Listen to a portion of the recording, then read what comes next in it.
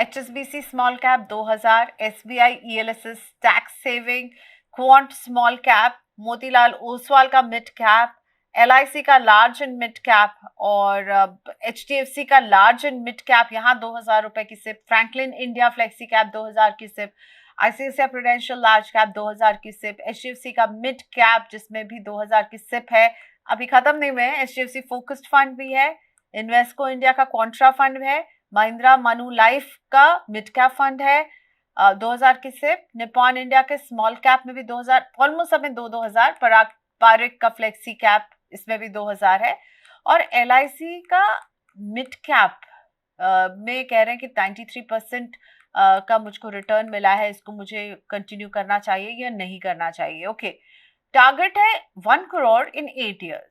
Okay, सो 1 करोड़ पहुंचना है 8 साल में प्रकाश जी को, पर क्या आपको 17 स्कीम की जरूरत है? पूजा।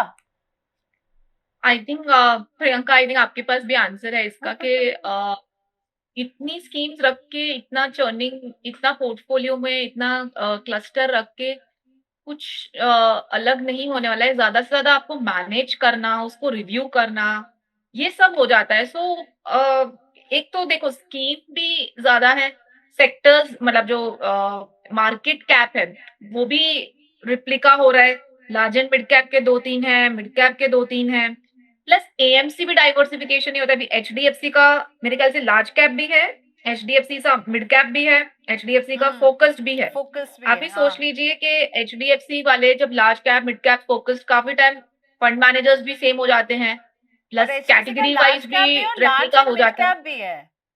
सो इट्स ओ लाइक कि HDFC large cap, HDFC large and mid cap, HDFC mid cap and HDFC focused.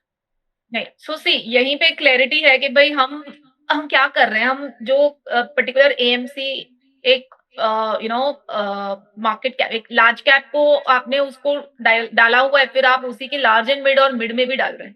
सो इतना AMC diversification is very important and at the same time market cap diversification is very important. I don't know उनके portfolio का आज की तारीख में current value क्या है, but अगर अज्यूमिंग के यही साल SIP शुरू की है और कोई एज सच वैल्यू बनी नहीं है, तो 62,500 की SIP से ये 1 करोड़ की राशि पहुंच जाएंगे 8 साल में। और समझो अगर ये 62,500 फिलहाल नहीं शुरू कर सकते और 10% का जो तड़का है वो लगाना चाहते हैं, लेकिन उसके लिए भी अभी से 50,000 की तो SIP लगेगी।